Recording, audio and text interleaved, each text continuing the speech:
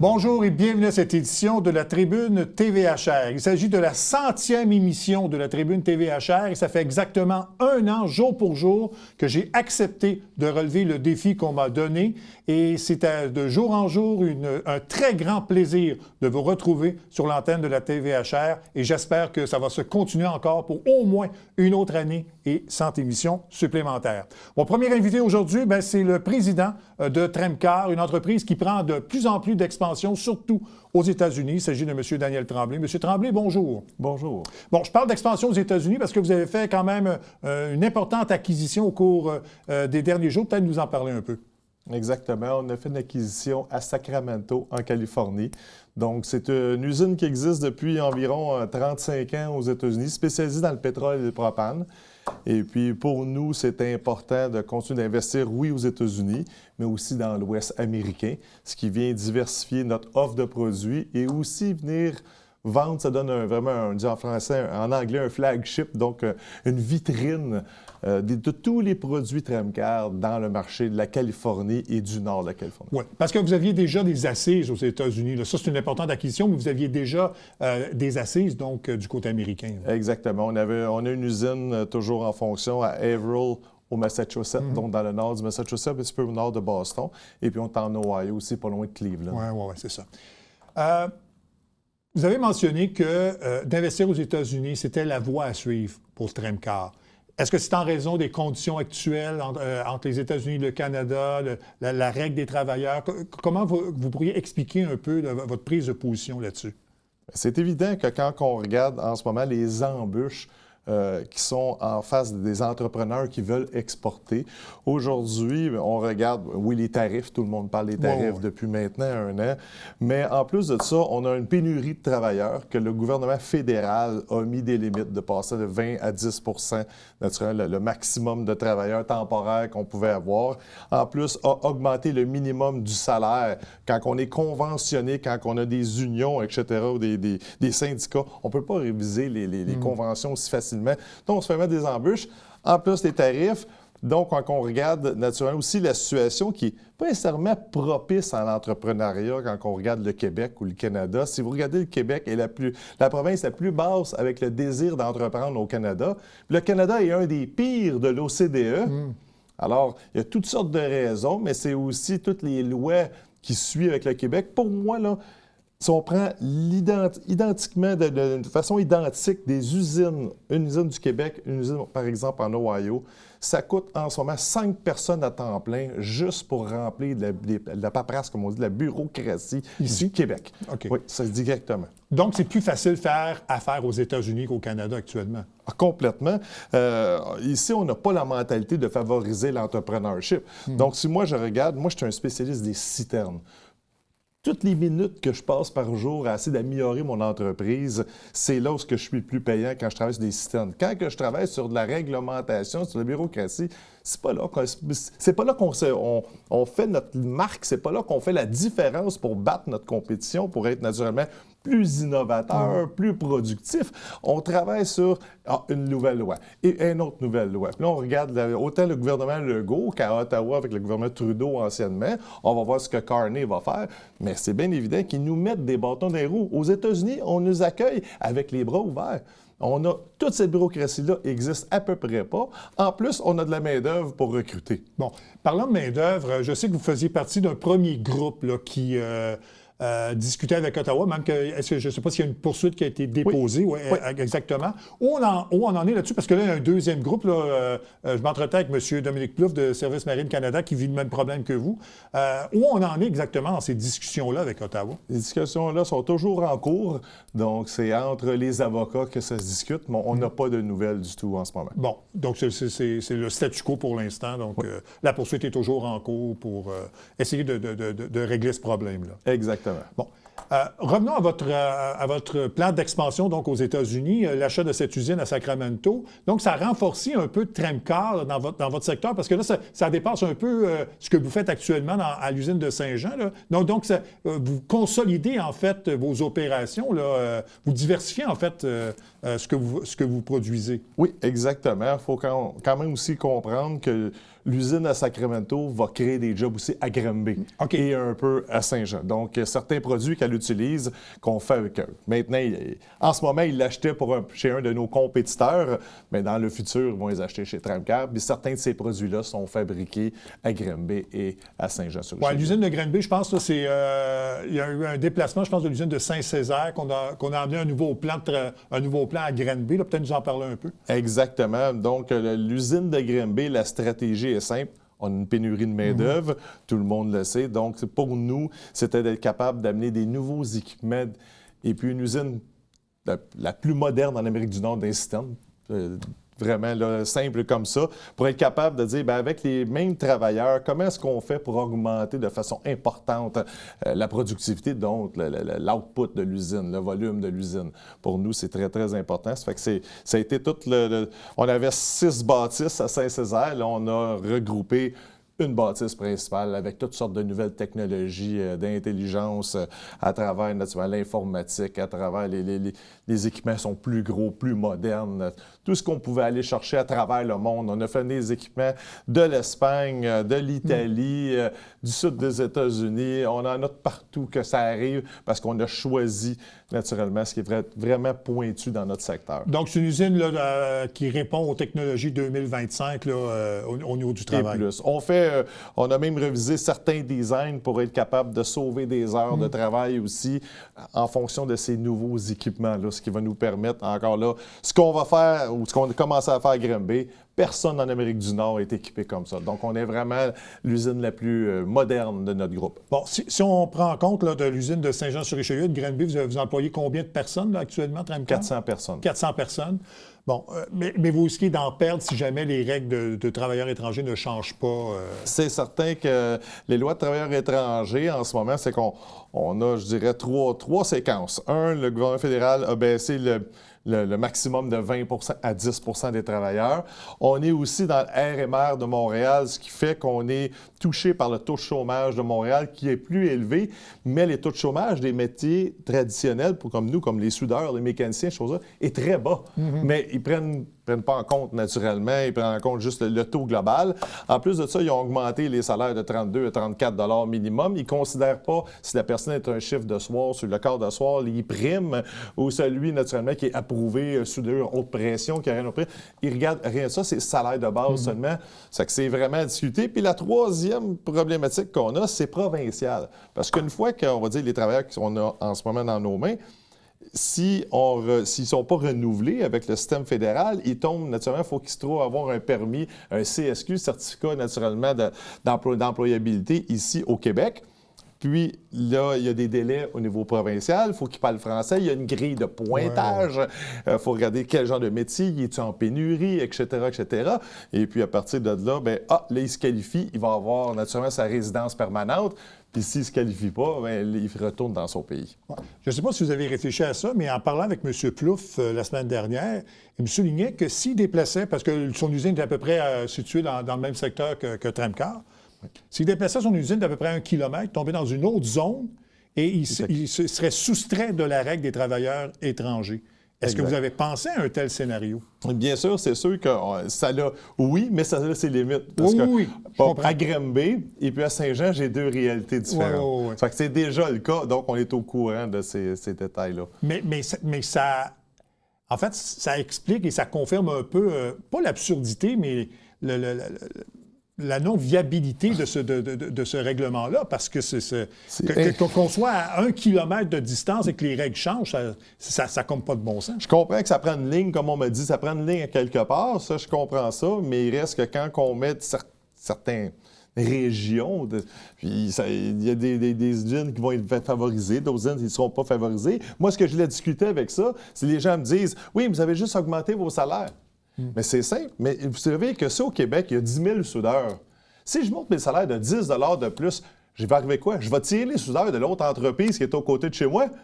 Mais lui, il n'y en aura pas plus. Non, exact. C'est toujours le même problème. Le bassin ne change pas. Peu importe c'est quoi le salaire, le bassin de travailleurs... C'est que ça va déplacer le problème ailleurs. Mais oui, c'est tout. Ça ne change rien. Ça fait que c'est pas une question de salaire. Fait que là, je dis, augmentez vos salaires. Tout le monde a augmenté nos salaires. Puis l'autre partie que j'ai beaucoup discuté avec, c'est que le gouvernement a fait des exceptions pour lui-même.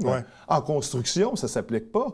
En santé, ça ne s'applique pas. Mais s'il n'y a pas de pénurie de main-d'œuvre, pourquoi qu'il s'est gardé des exceptions? Pouvez-vous me répondre à cette question-là, vous? Moi, je ne peux pas répondre. Vous comprenez? Mais c'est ça. Mais les gens n'ont pas de réponse parce qu'on pose la question et puis on a de la difficulté à comprendre un peu la logique derrière cette règle-là et ce qui en amenait cette décision. Je ne comprends pas du tout, moi non plus. Au bout de la ligne, quand je regarde mon usine de l'Ohio, qui fait un paquet de produits similaires à ce qu'on fait ici au Québec, mon usine d'Ohio, qu'on a 14-15 millions de population, d'à peu près presque le double du Québec, énormément plus petit, avec une force manufacturière qui est 20 de la force travaillante en Ohio et non 7 en moyenne comme le Québec.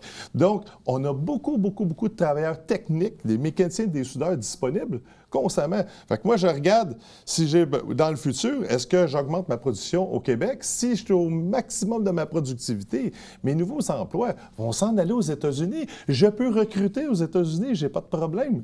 Pour Québec, le gouvernement m'empêche d'avancer parce qu'il n'y a pas de travailleurs, puis là, maintenant, on a des restrictions sur l'immigration. Le futur est aux États-Unis. Bien, et c'est pour ça que c'est difficile à comprendre que lorsque vous faites des revendications, par exemple, auprès du gouvernement, qu'on ne soit pas plus attentif à ces revendications-là, parce que vous avez les deux mains dedans. Oui. Et lorsque vous apportez ces problèmes-là, on ne semble pas comprendre la situation. Non, pour des intérêts politiques, pour l'image, pour montrer qu'ils font quelque chose, l'immigration, sont prêts à sacrifier la force manufacturière du Canada. Ce qu'aux États-Unis, la force manufacturière, c'est une priorité.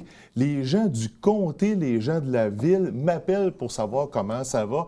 Dernièrement, il y a des terrains qui sont à vendre aux côtés de notre usine, directement de l'Ohio. Puis je ne suis pas un gars de l'Ohio, je suis un gars de Saint-Jean-sur-Richelieu.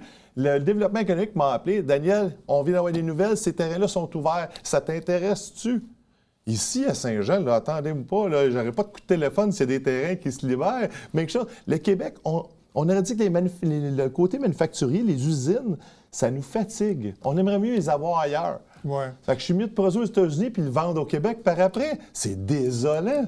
Pour un gars, un Québécois pur laine ici qui se force pour Saint-Jean-sur-Richelieu, pour la province, pour le Canada, on me dit, va investir ailleurs. C'est une catastrophe. Parce que malgré tout ça, votre cœur est quand même ici. Vous êtes ici, vous voulez que Tremcar reste ici.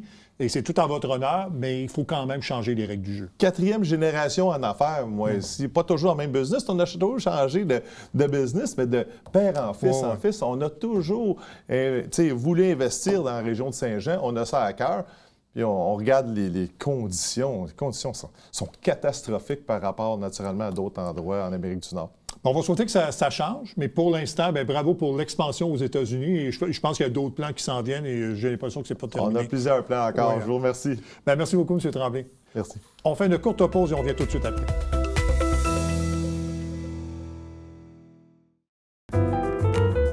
À tous les mois, écoutez Dans l'œil de Miss Ray et rencontrez des artistes et des organismes qui contribuent à la diversité culturelle de notre belle région.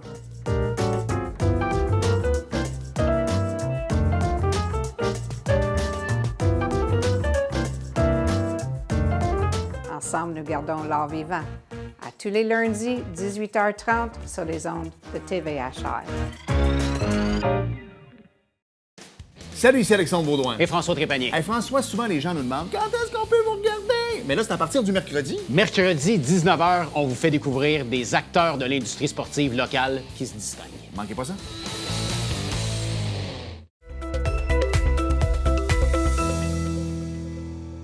On a reçu une excellente nouvelle la semaine dernière alors que le grand défi Pierre Lavoie aura lieu à Saint-Jean-sur-Richelieu l'été prochain. Pour nous en parler, on reçoit le cofondateur du grand défi Pierre Lavoie, M. Pierre Lavoie, et le colonel Guillaume Tremblay, qui est le commandant du Collège militaire royal de Saint-Jean. Messieurs, bonjour. Bonjour. Bonjour. D'abord, je m'adresse à vous, M. Lavoie. Peut-être nous expliquer un peu le choix de Saint-Jean-sur-Richelieu pour la tenue de la 18e édition du grand défi. Bien, premièrement, si nous prenons un endroit qui pouvait accueillir autant de cyclistes, on sait qu'on se retrouve près de 6 000 au total. Et à ce moment-là, on ne fait pas que passer, on est toute la fin de semaine, on va couvrir le territoire au complet. Donc, le 1000 km va se déployer à travers votre région. Habituellement, on ne faisait que passer dans la région, en partant de la baie jusqu'au stade olympique. Et le nouveau concept, c'est que maintenant, on crée un village et les cyclistes vont demeurer dans le village toute la fin de semaine. et ils pourront faire des étapes comme un peu à étoile. Donc, faire un parcours, revenir, en faire un autre, le parcourir. Donc, ça nous permet d'avoir un impact beaucoup plus grand, surtout qu'il y a beaucoup de cyclistes qui viennent de l'extérieur de votre région, qui vont pouvoir découvrir votre réseau Cyclable et l'hospitalité, bien entendu. Ouais. Et il y avait aussi, ça prenait beaucoup d'infra. Donc, on ne peut pas aller n'importe où. Et donc, c'est là qu'avec le collège, on avait déjà vécu l'expérience de la boucle à l'époque, en 2016. On savait que, bon, si il était prêt à collaborer, on savait que la ville était pas mal intéressée, mais sans le collège, on n'aurait pas pu livrer un événement haut niveau. C'est ce qu'on va réussir à faire avec eux. Oui, et je me trompe pas si je dis que ça va être la plus importante édition là, du Grand Défi Pierre Lavoie, parce qu'on va accueillir beaucoup plus de participants et d'équipes. Ouais, on n'a jamais dépassé plus que 210. On est allé l'an passé à 220 parce que le nouveau concept de village est très apprécié par les cyclistes. On a déjà 60 équipes sur la liste d'attente qui veulent remplacer les 215 l'année passée, 220. Donc, on va aller jusqu'à 240. C'est la première fois. Là. Avant, on n'osait pas aller avec autant de cyclistes parce que c'était l'hiver qui faisait que les équipes pouvaient se déplacer. Ouais. Et c'est très problématique au niveau du stationnement, tandis que vu qu'on crée un village, sur la route, ça se passe très, très bien pour les cyclistes. On pouvait augmenter le nombre de cyclistes, mais le modèle des campeurs nous empêchait d'aller plus loin. Là, on peut augmenter à 240 équipes. Et ça va faire l'affaire de ceux qui sont sur la liste d'attente. Il y en a quelques-uns qui sont très contents d'intégrer. Oui, tout à fait. Et c'est là, donc, que le Collège militaire entre en ligne de compte, colonel Tremblay. Donc, peut-être nous parler un peu du ressentiment que vous avez eu lorsque on a proposé, justement, la tenue du Grand Défi Pierre Lavoie. J'imagine que cette nouvelle-là a été accueillie là, de très, très belle façon. Là. Oui, 100%. Et puis moi-même, personnellement, quand j'étais contrôleur aérien à Bagotville, et puis Pierre a commencé l'initiative du Grand Défi, j'ai pas participé, je dirais, j'ai pas roulé avec eux, mais j'étais quand même contrôleur, et puis on a supporté avec le vol des CF-18. Mais tout ça pour dire, oui, je connaissais l'initiative, on savait que la MRC du Haut-Richelieu était 100% prêt à supporter le tout. La même chose avec la ville de Saint-Jean. Donc, pour nous, c'était facile de simplement dire oui et les accueillir avec un très grand sourire. Donc, comme M. Lavoie mentionnait, donc les cyclistes vont être hébergés, dans le fond, au Collège militaire le temps du Grand Défi. Peut-être nous parler un peu là, du rôle du Collège militaire là, lors de ce week-end-là. Oui, bien, la beauté avec cette initiative du Grand Défi, c'est que le village, en fait, est autonome. Donc, nous, c'est tout simple que d'ouvrir le site, les accueillir. On va les accueillir sur la berge, le long de la berge de la rivière de Richelieu. Et puis, donc, Pierre et son équipe vont tout installer au niveau logistique. Nous, évidemment, on va s'assurer de la sécurité en partenariat avec la Corporation du Fort Saint-Jean, entre autres. La Sûreté du Québec va être présente également. Et puis, ça va être un site merveilleux, je dirais, pour les participants. Bon. Monsieur Lavoie, depuis la création du Grand Défi, on parle de l'importance de cet événement là, au niveau des participants et surtout de l'activité physique reliée à la santé. Et je pense que ça se reflète de plus en plus, surtout là, avec les problèmes que le système de santé connaît actuellement. Je pense que ça augmente encore l'importance, je pense, du Grand Défi Pierre Lavoie. Bien, faut savoir que le MIL génère des montants d'argent qui sont remis aux écoles. Donc, on remet tout près de 3 millions par année aux écoles primaires défavorisées. Là, on a déjà atteint 40 millions qui ont été remis à date là, depuis le Grand Défi, remis en montant d'argent dans les écoles défavorisées. Il y en a beaucoup dans votre coin en passant qui ont pu en profiter. Oui, tout à fait. On a beaucoup d'équipes dans Montérégie, là, beaucoup. D'ailleurs, 40 % de notre participation aux 1000 km et à la boucle sont toujours été originaires de la Montérégie. Donc, ça peut expliquer un peu pourquoi vous venez dans la région cette année, là. Oui, bien, c'est une des raisons. On sait que c'est un terrain fertile pour nous. Et ça faisait longtemps qu'on n'était pas allé. La boucle, on s'en rappelait, ça avait été mémorable. C'était la plus grosse boucle qu'on avait organisée à vie. Et on va organiser le plus grand 1000 également. Mais les fonds retournent ensuite aussi aux maladies orphelines. À date, on a financé 160 projets de maladies génétiques orphelines au Québec. Donc, il ne faut jamais oublier que derrière ça, on fait pédaler les gens, mais ils sont impliqués. Ils vont dans les écoles, ils vont parrainer les écoles, ils vont rencontrer les jeunes, ils vont financer un projet qui est important pour l'école pour préparer le futur. Et quand on fait ça sur plusieurs années puis qu'on pérenne dans le temps, bien, après 18 ans, aujourd'hui, on voit une médecin de 28 ans qui trouve un coup de poignet puis qui a fait des cubes énergie. Et une enseignante qui, finalement, a fait des cubes énergie, qui a des élèves devant elle, ou qui est un parent qui a fait des cubes énergie et qui a 2 enfants maintenant, qui en font eux également. Il fallait perdurer dans le temps. Le mouvement social, c'est quelque chose qui doit durer dans le temps et un jour, on finit par changer la norme sociale. Ça, tous les changements sociaux, on le sait, peut-être le confirmer, là, il y a plein de pays dans le monde qu'on aimerait qu'ils évoluent au niveau de la démocratie, mais c'est jamais facile. Là. C'est un long processus. Tu dois passer par l'éducation. Tu dois travailler dans les systèmes. Puis avec les années, tu finis par réussir. Donc, c'est à peu près ce qu'on espère. Oui. Et d'ailleurs, à la conférence de presse, colonel Tremblay, vous mentionniez que le grand défi rejoignait un peu les mêmes valeurs que vous faites, en fait, que vous représentez au Collège militaire. Là. Oui, 100 Donc, au Collège, on a 4 piliers. On a le pilier du militaire, évidemment, le pilier des études, du bilinguisme et puis du conditionnement physique. Et lorsqu'on regarde qu'est-ce que le grand défi fait, c'est-à-dire, le but, c'est pas de créer des athlètes olympiques. C'est vraiment de prendre une prise de conscience, on est où, d'adopter de saines habitudes de vie et ensuite de s'améliorer, de se surpasser. Donc, nous, avec le pilier du conditionnement physique, on est, je dirais, alignés à 100 Et puis, d'ailleurs, Pierre a été généreux. Il va inviter l'une de nos équipes à participer sur les 240 équipes. Donc, j'ai des élèves officiers et des élèves officières qui sont très enthousiastes à l'idée de participer directement à cette initiative. Oui. En fait, ce qui confirme aussi, et sans faire de publicité, ce qui confirme la popularité de l'événement, M. Lavoie, c'est que les commanditaires, vos partenaires sont là depuis presque le début de l'événement, ce qui confirme un peu l'importance et l'intérêt de la population et des gens en général sur le grand défi.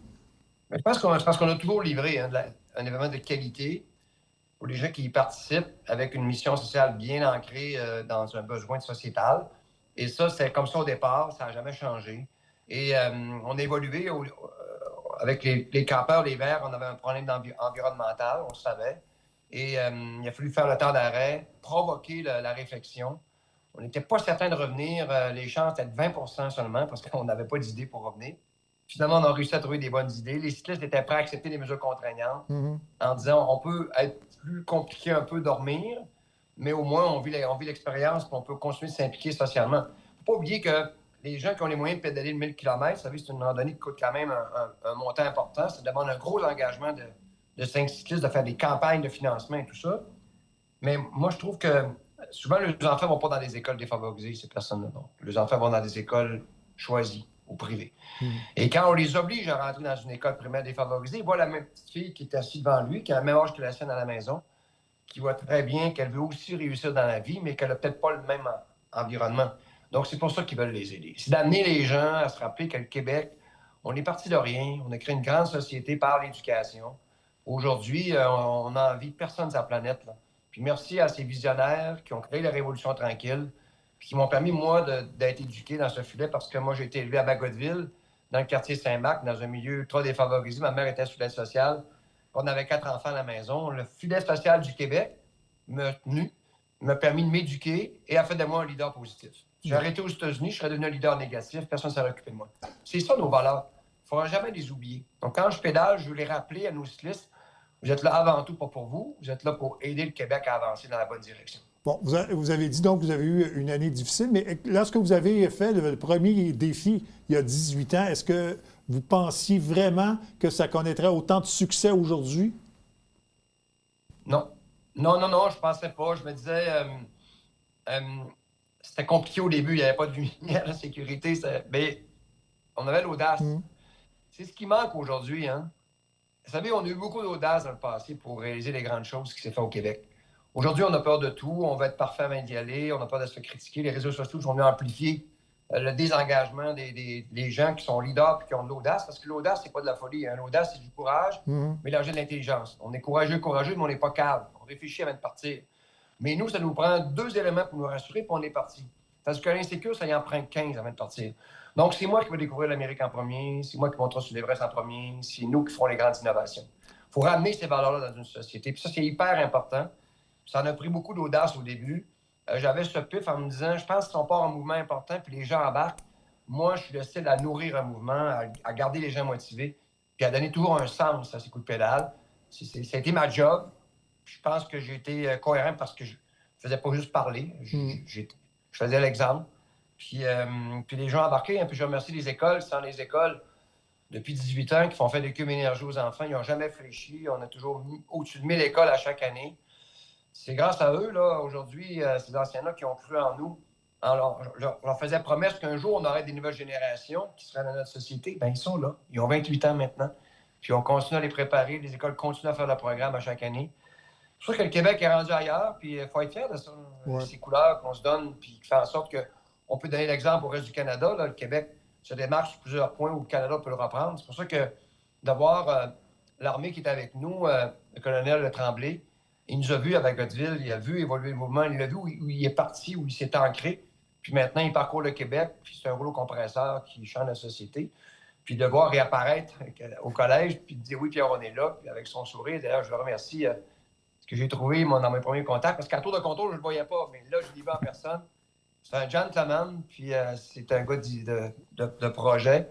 Puis je veux lever mon chapeau, parce que s'il aurait dit non, on serait peut-être allé quand même, mais ça n'aurait pas été pareil. Donc, ça fait la différence. Ça fait la différence. D'ailleurs, colonel Tremblay, je pense que ce sera une belle visibilité, là, la présence du grand défi, là, autant pour le Collège militaire que pour la région de Saint-Jean, dans le fond. Ah oui, 100 d'un point de vue, je dirais, municipal, régional, en fait, à l'échelle de la province, et puis peut-être même aussi national, parce que le Collège militaire royal de Saint-Jean, évidemment, on a une population qui est formée de Canadiens et Canadiennes, et puis on en parle déjà avec beaucoup d'enthousiasme. On a très hâte à l'événement, et puis ça va être une activité de rayonnement, en fait, là, pour tous ces acteurs clés, un événement tout à fait phénoménal. Oui, parce que les gens vont pouvoir découvrir un site magnifique qui est le campus du Fort Saint-Jean.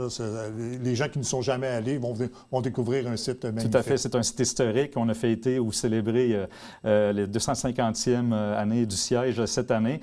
Puis les gens vont pouvoir se promener, découvrir le site. Et puis, près de la rivière Richelieu, là, c'est tout à fait magnifique. Je vais prendre 30 secondes pour terminer. C'était votre journée porte ouverte en fin de semaine. Comment ça s'est passé? Ça a très bien été. Évidemment, la météo a coopéré pour nous.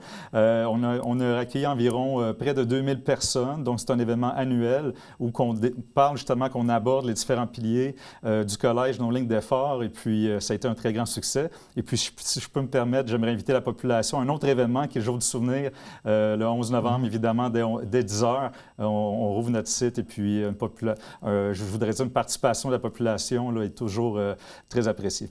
Colonel Guillaume Tremblay, merci beaucoup. Monsieur Lavoie, merci infiniment de votre participation et bon succès pour le grand défi. Je suis assuré que ce sera un succès, mais on va espérer qu'il y ait du beau temps pour que les gens puissent en profiter au maximum. Merci beaucoup. Merci beaucoup. Voilà, ça complète cette édition de la Tribune TVHR. J'espère que ça vous a plu, mesdames, messieurs. À la prochaine. Au revoir.